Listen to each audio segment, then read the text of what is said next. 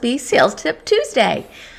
Today we're going to talk about part 2 of our 3-part series of how to increase your sales once last week you were a brand new seller, and now you are a supplier who's been doing it for a little bit. So we're kind of in that next evolution of the sales cycle.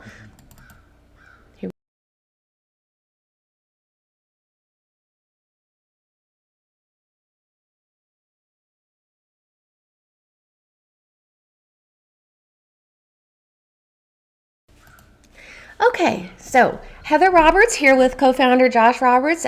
We help home decor and furniture suppliers grow their e-commerce sales channel.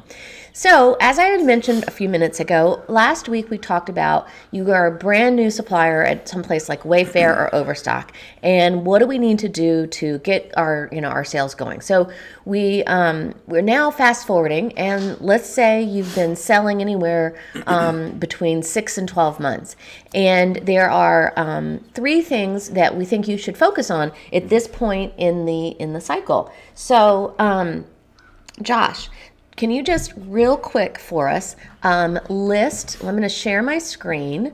Can you list the 3 things that folks do or should do? And hold on, you know what? I'm going to plug in my iPad so I can draw this out and make it a little bit more easier to understand. Okay, so just a quick tech check. All right, there we go. This is what happens when it's live, guys. All right, so here we go. Josh, can you help us out and list for me the 3 things that you should do if you are a seller who's been selling for about, 3 to 6 plus months? Yeah, you want to have a promotional plan. Okay, so You here want to promote. we're gonna say promote. Yeah. Yep. Focus on your product performance. Performance.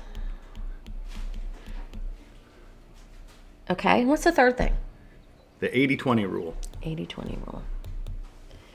Okay, so let's break this down a little bit. I'm actually going to do this into 3 columns. So, promo. Promo, performance, and 80-20. 80-20. All right, can you give me a couple of reasons, or how, I guess, how you should use your promotional, how you should use promotions at this point? Okay, so firstly, you want to run % off discount events for major holidays. % off discounts. So like 10% off, 15% off.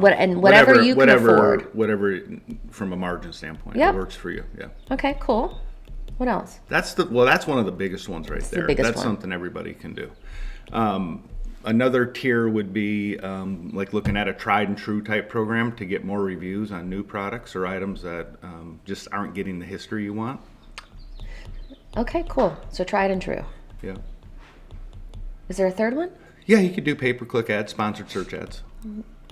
Pay-per-click. Awesome. Okay. Fabulous. So let me just regroup on that. So you should be actively employing a percentage off of for major holidays. Yeah.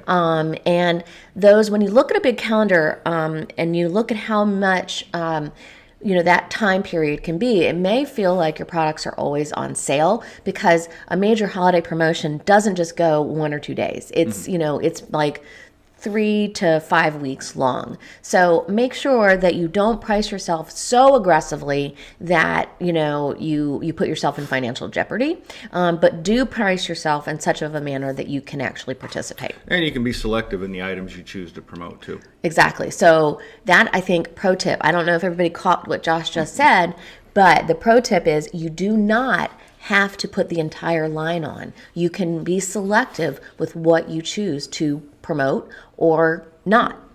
So, okay, awesome. That was great. So performance, what do we mean by performance?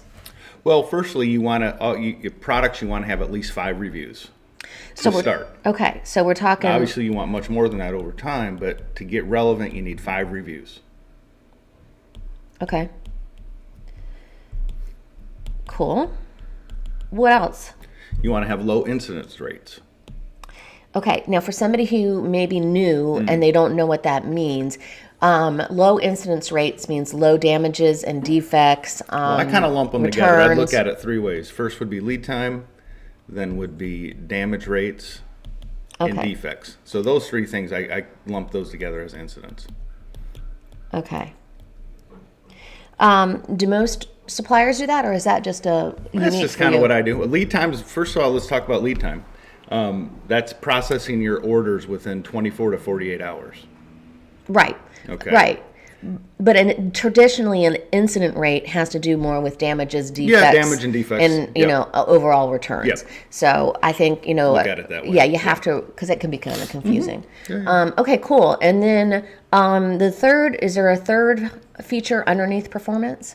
For product performance, well, I mean, another one would be is having positive reviews. So you want 5 reviews, but having reviews with a score above 3. Because having reviews and then good positive reviews, that's going to just elevate the product in the search pages, because the algorithms work on historical performance. Cool. All right. So you want to have as many positive reviews as you can, but also, as the saying goes, sometimes a bad review is better than no review. So anyway, okay, 80-20 rule. Now, if y'all have been following anything we say, we talk about the 80-20 rule quite a bit.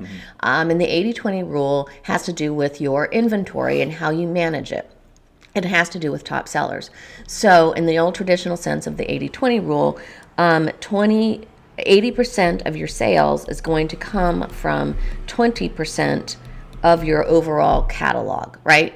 So whatever that may be, if you only have 100 items, that means probably 20 of them are going to be your top sellers. And then you want to, manage that appropriately. So Josh, and more specifically, talk about how you can use the 80-20 rule to boost your sales. I think it's the most overlooked aspect of being successful in e-commerce sales. So to be very simple, you want to stay in stock 100% of the time on the products that do 80% of your sales. Could be 20%, could be 30%. Great. But just 80-20 is So for a simple name. it's most important is to first ID those top sellers. So you need to ID your 20%. And once you know that, do a little bit of a deeper dive and look at what your turn rate is, and make sure you are planning accordingly for major promotions and so forth as they come up through the throughout the year, so that you don't have a situation where you're out of stock on those most important items. Can I give a pro tip? Pro tip. Maybe do go do another page real quick so I can show. So write like late January through April across. Do a report like this for unit sales on your top sellers. So let's just put in so let's say product A. So product A in January sold 10, sold 12 in February, 14 in March, went out of stock, 0 in April. So looking at how your business progresses month by month will give you a much better sense of what your actual rate of sale is. Excellent. Good point. Not bad. Good point. Good pro tip. Pro tip Tuesday. All right, guys. So let's just regroup and kind of reassess. What is kind of the important features here. First, when you're in that next level of selling, you've been doing this for a little while. You want to make sure that you are continuously very active in promotions. You want to make sure that you have good and positive product performance, and you want to make sure you're following the 80-20 rule. Stay in stock of the 20% of the items that probably do 80% of your business. And one more thing. So if you promote effectively and you stay in stock on the 80-20 rule, that's going to improve your product performance. They all kind of work together. Works They're related. They're related. brothers and sisters. So, all right, guys. If you have any questions, feel free to reach out. Just you can text us on the number on the screen 980-825-4376, or you can drop a comment below. But we'd love to hear from you and find out, what other questions you have.